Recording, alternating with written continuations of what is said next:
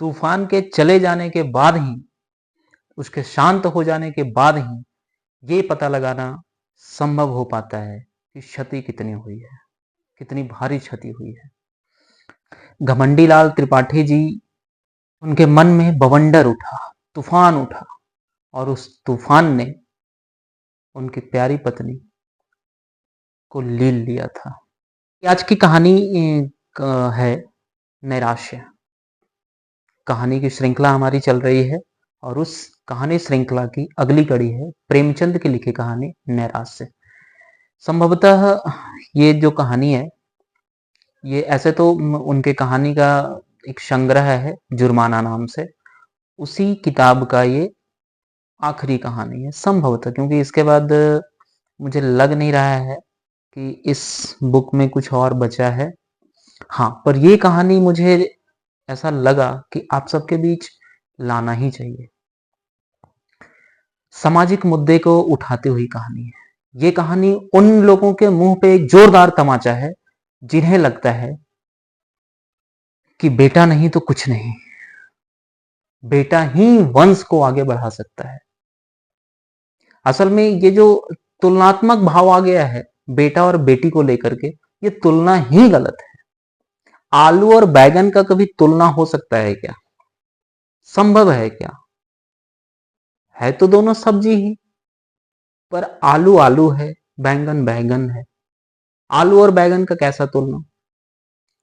तो हमारा तुलना ही गलत है। तो ये जो कहानी है नैराश्य, ये कहानी वैसे सोच रखने वाले हर व्यक्ति के मुंह पे एक जोरदार तमाचा है, जिन्हें लगता है कि बेटा नहीं तो कुछ नहीं, बेटा है तो वंश बढ़ेगा, बेटी है तो कोई फायदा नहीं है उसका।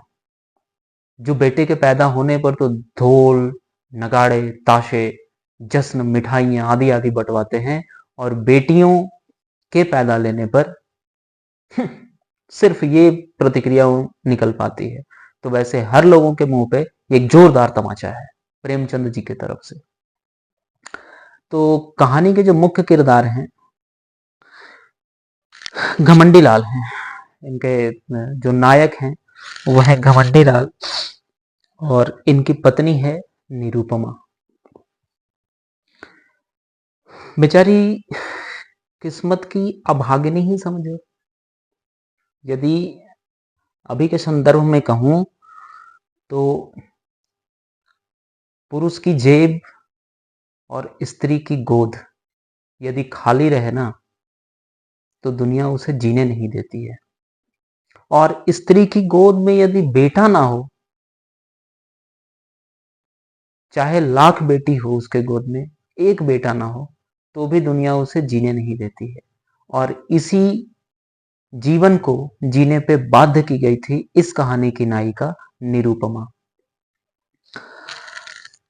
बाज आदमी अपनी स्त्री से इसलिए नाराज रहते हैं कि उसके लड़कियां ही क्यों होती है।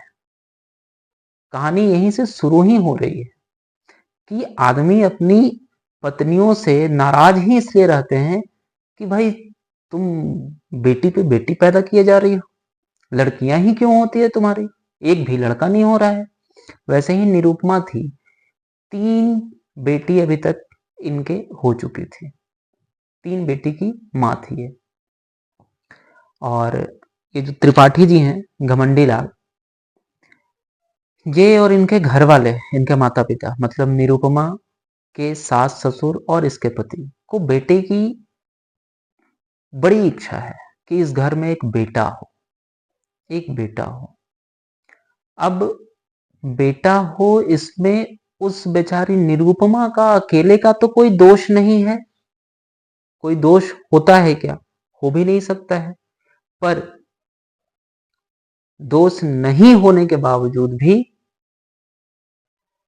सारी दुख, सारा तकलीफ निरुपमा के ही हिस्से था, ताने भी इसी के हिस्से। सुनने वाला, सुनाने वाला नहीं।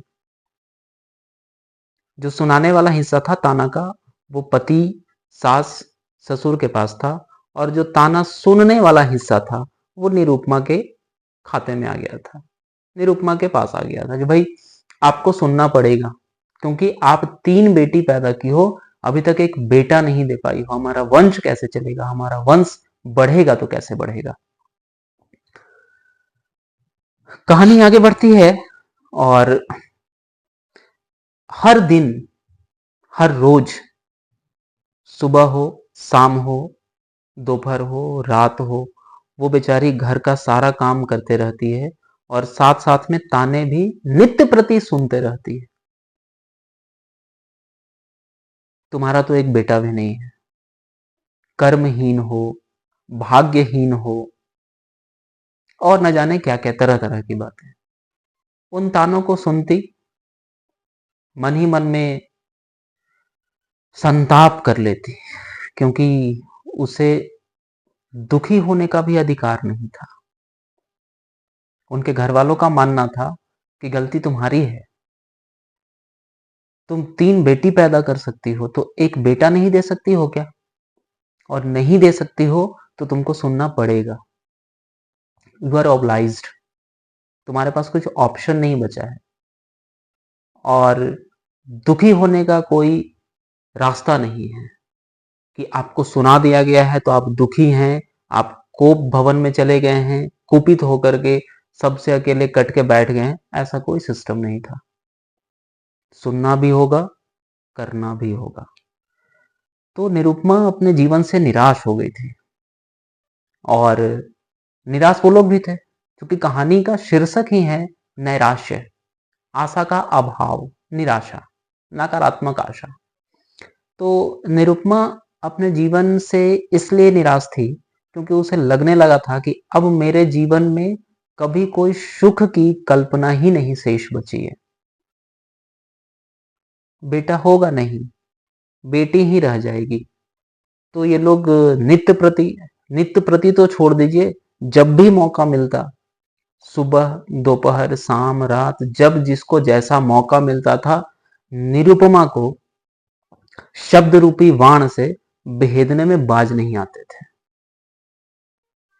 और निरुपमा इन दुखों को सहती हुई उफ तक नहीं करती थी और उनके साथ रह रही थी। समय बीतता गया, समय का काल चक्र चलता गया, समय बीतता गया।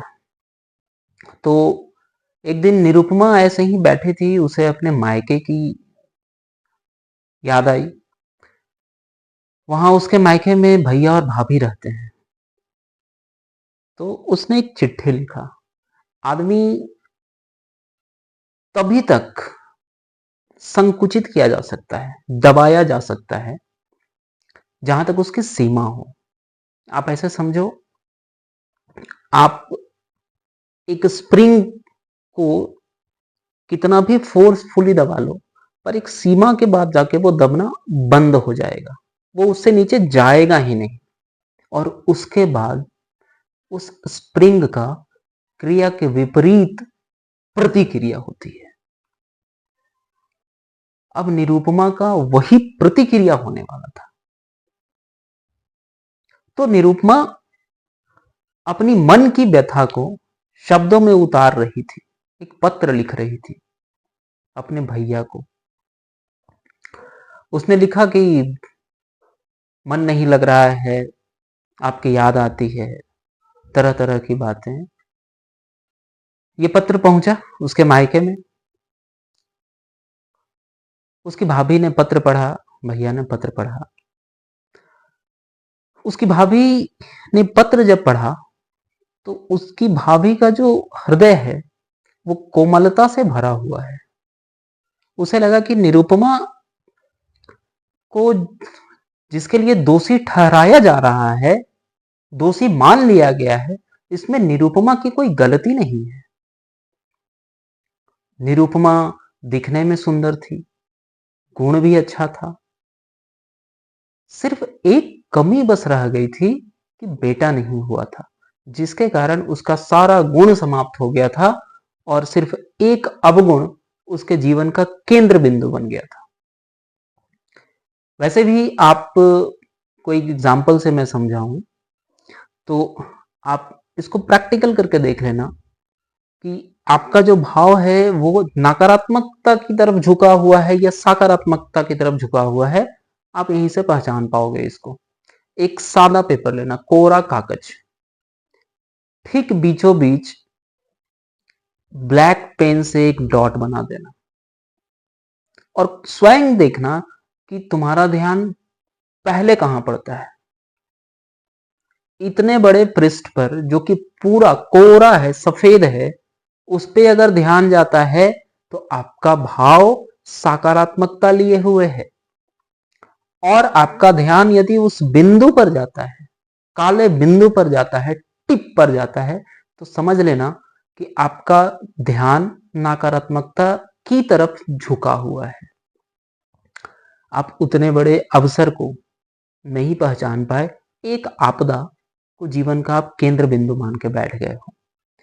तो निरुपमा के जो घर वाले थे, ससुराल पक्ष वाले, उन्होंने निरुपमा के सारे गुण को धो दिया था, सिर्फ एक भाव कि उसका बेटा नहीं है, वंश नहीं दे पा रही है, तो इसको उसके जीवन का केंद्र बिंदु मान लिया गया था उन लोगों के द्वारा। और तरह तरह के ताने, शब्द बाण और ताना कसना आदि आदि शामिल हो गया था। तो भाभी जब पढ़ी तो उनको ऐसा लगा कि नहीं, ये निरुपमा के साथ तो गलत हो रहा है, ऐसा होना नहीं चाहिए। तो प्रत्युत्तर में उसने निरुपमा को बताया कि पत्र के माध्यम से कि यहाँ एक बाबा रहते हैं, सिद्ध योगी हैं, उनका आशीर्वाद ले लो, उनका आशीर्वाद कभी व्यर्थ नहीं गया है, झूठ नहीं हुआ है उनका आशीर्वाद। तो उनसे यदि आशीर्वाद ले लोगी पुत्र प्राप्ति को लेकर के, तो अवश्य ही बेटा होगा। तो वो आई अपने मायके में, भाभी से मिली, और चूंकि उसकी उत्कंठा इतनी ज्यादा थी, लालसा इतनी ज्यादा थी, बेटा पाने की चाहत इतनी ज्यादा थी, उन लोगों के कारण ही सही, पर थी तो उसकी इच्छा कि बेटा हो जाए, बेटा हो जाए। तो उसके लिए बाबा के दर्शन मुझे अभी कराना है, आप मुझे अभी उनका दर्शन करा दीजिए, मैं उनसे पुत्र प्राप्ति की आशीर्वाद ले लूंगी। शब्दशः मैं नहीं जा रहा हूं, कहानी जो लिखा हुआ है शब्दशः नहीं लिखा जा रहा हूं। हाँ, कहानी का जो संदेश है वो संदेश महत्वपूर्ण है। अक्षर तो कहीं भी मिल जाएंगे। तो उनकी भाभी ने थोड़ा मजाकिया लहजे में कहा कि भाई बाबा बाबा से मिल लेंगे, उसमें क्या है, कब मिलेंगे, कहाँ मिलेंगे, ऐसे दसियों प्रश्न निरुपमा ने अपनी भाभी के सामने कर डाले। तो भाभी बोली कि बाबा यहीं सामने है। असल में ये उसकी भाभी का, निरुपमा की भाभी का एक योजना का हिस्सा था कि निरुपमा को वहां से पहले बुलाना है, माहौल बदलना है, और माहौल का फर्क पड़ता है, अपने आसपास के चीजों का हम पे असर पड़ता है। हम कोई भी डिसीजन लेते हैं, एक छोटी सी बात रख रहा हूं आपके सामने। हमें लगता है कि ये जो मेरा डिसीजन है ये सिर्फ मुझे तक सीमित है, ये अफेक्ट करेगा तो सिर्फ मुझे ही करेगा, दूसरे को इससे क्या। पर ऐसा होता नहीं है। आपके द्वारा लिया गया कोई भी निर्णय, चाहे वो छोटा हो या बड़ा हो, आपको तो प्रभावित करता ही है। आपके साथ साथ प्रत्यक्ष या परोक्ष रूप से आपसे जुड़ने वाले व्यक्ति को भी वो आपका डिसीजन, आपका विचार प्रभावित करता है। इसलिए विचारों को बहुत ध्यान से देखा कीजिए कि आपके अंदर क्या विचार उठ रहा है, आपकी भावना कैसे जागृत हो रही है। तो उनकी जो भाभी थी, निरुपमा की भाभी, तो थोड़ा मजाकिया लहजे में बोली कि भाई बाबा यही है, क्योंकि बाबा असल में कोई था नहीं। तो भाभी बोली कि मजाक बंद कीजिए, आप तो हमको यही बोल के बुलाई हैं कि फलाने बाबा हैं, उनका आशीर्वाद ले लोगी, और इसी शर्त पे वहां से आने भी दिया गया है हमको, तो भाई बाबा का तो दर्शन कराना होगा। तो भाभी बोली कि नहीं नहीं, बाबा ऐसे नहीं मिलते हैं, वो बड़े रसीले टाइप के बाबा हैं, रंगीले मिजाज के हैं। तो ऐसा करो, अपने तीन बेटी है ना तुम्हारी, एक बेटी उनको दे दो, वो मिल लेंगे। तो जो निरुपमा थी वो थोड़ा अचरज में आ गई, ये क्या बक रही हैं आप? अच्छा बेटी नहीं दोगे तो चलो ठीक है, तुम ही चले जाओ, तो उस पे भी बाबा दर्शन दे देंगे तुम्हें। तो निरुपमा फिर बोले कि नहीं नहीं, तो ऐसा है तो हम इन ढोंगियों के चक्कर में नहीं पड़ते हैं। और निरुपमा जब लगा कि अब गुस्सा हो जाएगी, तो उसकी भाभी जो सच था वो खोल के रख दी कि ऐसा है निरुपमा, कोई बाबा वाबा नहीं है, हम तुमको वहां से निकाले, वो जो दुख का कारण जो केंद्र बना हुआ था, जो जगह बना हुआ था, बस वहां से हम थोड़ा निकाल के तुमको यहाँ लाए हैं। और ऐसा करने से यदि जीवन के कुछ पल सुखी सुखी से सुखी रह करके व्यतीत हो, सुखपूर्वक व्यतीत हो, इसमें हर्ज ही क्या है। और वैसे भी कहा जाता है ना कि चोर के घर चोरी चोरी नहीं कहलाता है। तो जो हमारे साथ छल कर रहा है, प्रपंच कर रहा है, प्रताड़ित कर रहा है, उसके साथ इस तरह का खेल करना कोई झूठ नहीं है, कोई गलत नहीं है, कोई धोखा नहीं है। तो निरुपमा को भी लगा कि चलो ठीक है भाई, बहुत दिन से परेशान है, दुखी हैं।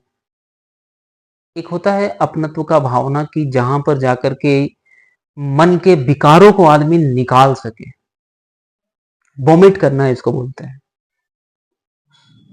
एक होता है ना कि भाई हमको बेसिन मिले, हम वोमिट करें वहां पे। वोमिट मतलब आपके अंदर जो भाव है, नकारात्मक हो सकारात्मक हो, जनरली दुखी तो आदमी नकारात्मक भाव से ही रहता है। तो आप अपने नकारात्मक भावों को उस व्यक्ति विशेष के सामने जाकर के रख सको, निकाल सको, वैसा व्यक्ति भी नहीं मिल रहा था, क्योंकि माहौल ही नहीं था वैसा उसके घर का।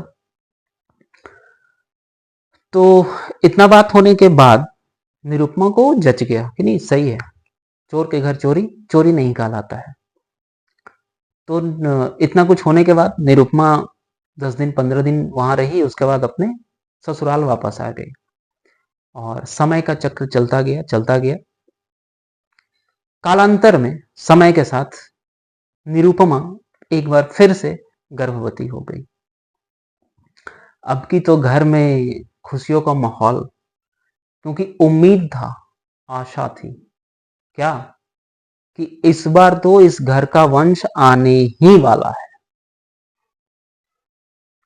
3 3 बेटी हो गई है, अब की बाबा का आशीर्वाद भी मिला हुआ है, तो इस बार तो बेटा ही पैदा होगा। उसका मान आदर बढ़ गया, खातिर होने लगा, काम धाम सब छुड़ा दिया गया। खाने को तरह तरह के फल, मिठाइयाँ, जलेबी, पूड़ियाँ, खीर, सेवइयाँ, सब कहने भर का उसका देर था और उसके सामने हाजिर। उसकी सासू माँ उसका बड़ा ख्याल रखने लगी। उसके लिए एक एक स्पेशल रूप से नौकरानी रख दिया गया था। भाई इसको सेवा में कमी नहीं होनी चाहिए, हमारे घर का वंश आने वाला है। नारियल और तरह तरह की चीजें उसे आसानी से मिलने लगा। पहले जो वो एक वक्त 2 वक्त की रोटी भी सही से नहीं खा पाते थे, ऐसा नहीं था कि खाने का कमी था, इच्छा नहीं होती थी।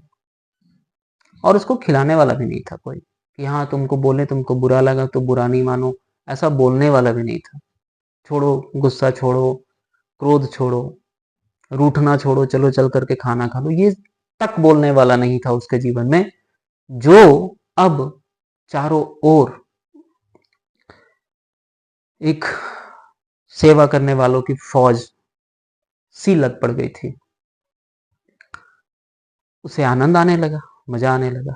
पर मन ही मन तो वो जानती थी कि यदि बेटा नहीं हुआ तब तो वापस वही चीज हो जाएगा जो होते आया है, वो उसका अपना नसीब। वैसा मान करके कि मेरा अपना नसीब, उसी में से कुछ पल जो बीत रहा है ये वापस तो नहीं आएगा, तो क्यों ना कुछ पल खुशी का बिता लिया जाए, खुशी का कुछ पल छीन लिया जाए दुख भरे जीवन से। तो अंत में फिर वो घड़ी आ पहुंची, प्रसव काल आया, डॉक्टर को बुला लिया गया, लेडी डॉक्टर को। सारे गाने बजाने वाले भी आ गए थे, ब्राह्मणों को न्योता दे दिया गया, समाज के लोगों को, गांव के लोगों को बुला लिया गया था, नाचने वाली थी, हर्षोल्लास का माहौल था। और उसी के बीच डॉक्टर ने आकर ने कहा लड़की हुई है।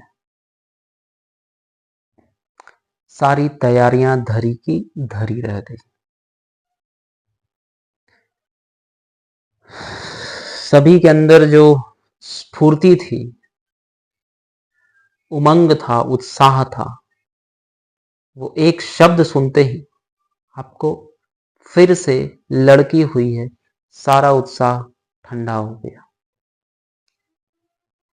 सारा आशा, सारा उम्मीद नैराश्य में बदल गया, निराशा के भाव में बदल गया था। अब फिर से वही उसके साथ घटना घटने लगा। वही ताना, वही सुनना, वही उठना, वही काम में रत हो जाना, दिन भर वही अकेलापन, वही एकांत, वही दुख भरे दिन। फिर से निरुपमा ने अपने मायके में पत्र लिखा कि ये तो होना ही था, ये तो मेरा किस्मत ही है। अब मैं इस दुख से इस जन्म में बाहर नहीं आ पाऊंगी। तो फिर से भाभी को लगा कि नहीं सॉरी, फिर से लगा उसकी भाभी को कि नहीं, कुछ करना चाहिए, क्योंकि उसका मानना था कि निरुपमा में कोई दोष नहीं है। निरुपमा का क्या दोष? अगर आपकी गलती के लिए आपको बोला जाए तो ये उचित है, क्योंकि दंड या पनिशमेंट भी तो गलती का ही मिलता है ना। जो आपका गलती है ही नहीं, उसके लिए आपको पनिश किया जा रहा है, ये कहां का न्याय है? अगर उसके अख्तियार में होता, उसके हाथ में होता, तो वो पहला बेटे ही क्यों पैदा करती, बेटा पैदा कर देती, या अभी जो लड़की हुई थी वो लड़की क्यों पैदा करती, लड़का पैदा करती। तो ये चीज समझते तो सबको ही है, पर एक्सेप्ट नहीं कर सकते हैं, एक्सेप्टेंस नहीं है। और जिनमें एक्सेप्टेंस का कमी होता है ना, वो बहुत ही इगोइस्टिक होते हैं, अहंकारी। तो निरुपमा फिर से लिखी थी, तो इस बार बुलाई नहीं, भैया और भाभी आ गए यहाँ पे मिलने के लिए उससे। और एक कारण भी था भाई कि नया मेहमान आया है घर में, नई बच्ची का जन्म हुआ है, चौथी बच्ची का, तो मिलने आए। तो निरुपमा की भाभी जब आई तो जानती थी कि माहौल बहुत सही नहीं होगा, उसका सूरत वैसा ही रोना सा सूरत बन गया होगा, सारा लोग ताना मार मार के इसका जीना दुभर कर दिए होंगे। तो आते के साथ जब चर्चा होने लगी, बैठे सब लोग, तो निरुपमा से उसकी भाभी ने कहा, तुम मंगलवार का व्रत रखी थी क्या इस बार? तुमको तो हम बोले थे। तो निरुपमा अचंभित हो गई, क्योंकि उसको भी नहीं पता था ना, ये भाभी का नया नया खेल था। अब निरुपमा को पता ही नहीं है, तो अचंभित हो गई, ये आपने कब कहा था? तो भाभी बड़े गर्वीले अंदाज में कहा और आत्मविश्वास से भरे शब्दों में कहा, क्यों तुमको याद नहीं है? बाबा तुमको क्या बोले थे कि ये अनुष्ठान करना है, साथ में प्रत्येक मंगलवार का व्रत भी रखना है, उपवास भी रखना है। तो निरुपमा समझ गई, और समझ करके एक भाव के साथ बोली, एक्सेप्टेंस का भाव कि गलती हो गई है, हम नहीं किए। तो उसने कहा कि अरे हम तो इस बार मंगल का कोई व्रत ही नहीं किए। तो उसकी भाभी ने कहा इसीलिए तो, नहीं तो उस सिद्ध बाबा के, उस सिद्ध पुरुष के आशीर्वाद कभी झूठे जा ही नहीं सकते। इतना बड़ा गलती कर दी हो और लांछन लगा रही हो, उन पे आरोप लगा रही हो कि वो ढोंगी थे और ये थे वो थे, गलती तुमसे हुई है। तो उसकी सास ने कहा कि एक बेटा का उम्मीद में जब इतना कुछ कर सकते हैं हम लोग, तो एक मंगलवार का क्या व्रत नहीं करवा सकते थे? इसके खाने पीने का क्या उचित व्यवस्था नहीं किया जा सकता था? किया जा सकता था, इसने नहीं किया, इसने जानबूझ के नहीं किया। ये इस घर को वंश नहीं देना चाहती। फिर से ये होने लगा। तो इस बात को काटने के लिए उसकी भाभी ने कहा कि अब की ध्यान रखना, अब की मंगलवार का व्रत करो और ईश्वर ने चाहा तो अगली संतान बेटा होगा। तो जितने लोग वहां पे थे, पति, सास, ससुर और ये दोनों निरुपमा सहित, चेहरे पे एक आशा आई, एक मुस्कान भी आई। हाँ, ये कारण था। अच्छा अच्छा। तो उसकी सास ने कहा कि इस बार तुम मंगलवार का व्रत करना और एक भी व्रत छूटना नहीं चाहिए। निरुपमा ने कहा ठीक। समय के साथ एक बार फिर से गर्भवती हो गई निरुपमा। अब निरुपमा में उसको भी तो नहीं पता था ना कि अगला संतान होने वाला बेटा होगा या बेटी होगी, पर वो समझती थी कि जो पल बीत रहा है, जितना हंसी खुशी का पल लिया जा सकता है जीवन से, उसको ले लेने में कोई बुराई नहीं। उसके पति का उसके तरफ ध्यान बढ़ गया, मान आदर बढ़ गया उसका, फिर से प्रेम का बौछार होने लगा उसके ऊपर में।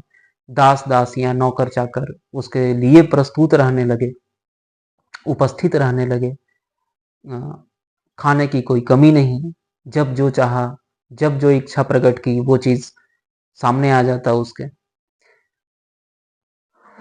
एक दिन रात में पति पत्नी आपस में बात कर रहे थे।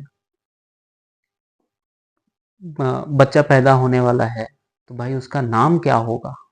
नामकरण, जैसे पति पत्नी आपस में बात किया करते हैं, उसका नाम क्या होगा? अगर बेटा होगा तो ये रखेंगे, और अगर का वहां संभावना ही नहीं था, क्योंकि बेटा ही चाहिए था, तो वो बेटी का नाम सोच ही नहीं रहे थे, बेटा का ही नाम सोच रहे थे। तो घमंडी लाल त्रिपाठी, जो उनके पति का नाम था, उन्होंने एक नाम सुझाया, तेग बहादुर सिंह।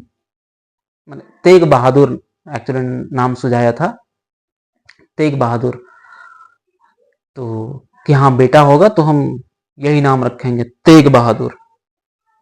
तो निरुपमा ने सहमति जता दी, ठीक है, होगा तो रख लीजिएगा। समय का चक्र चलता रहा, प्रसव काल आया। लेडी डॉक्टर को बुला लिया गया था। गाने बजाने वाले, सारे गांव के लोग, नृत्य करने वाली स्त्रियां, आस पड़ोस की स्त्रियां, दाई, सभी लोग आ गए थे। डॉक्टर प्रसव गृह में थी। इधर लोगों का इंतजार, जैसे अब होता है ना कि कब मिल जाए, जिसका इंतजार हम बरसों से कर रहे होते हैं, और वो इसकी आशा हो जाती है कि अब आया कि तब आया, अब मिला या तब मिला। तब इंतजार की जो घड़ी है ना, वो एक एक सेकंड, एक एक साल के समान लगता है, एक एक वर्ष। ऐसा लगता है गुजर ही नहीं रहा है, वक्त बीत ही नहीं रहा है, अटक सा गया है, रुक सा गया है। तो बिल्कुल वही क्षण था। और उसी के बीच एक आवाज आती है लेडी डॉक्टर की। वो बाहर आई प्रसव गृह से, और उन्होंने कहा, वेल, इस बार फिर से बेटी हुई है। फिर से सारा उत्साह ठंडा पड़ गया, जितना उमंग था सब खत्म हो गया। और फिर से एक बार निरुपमा अभी प्रसव गृह से निकल भी नहीं पाई थी, फिर से तानों का पहाड़ उसके ऊपर में टूट पड़ा।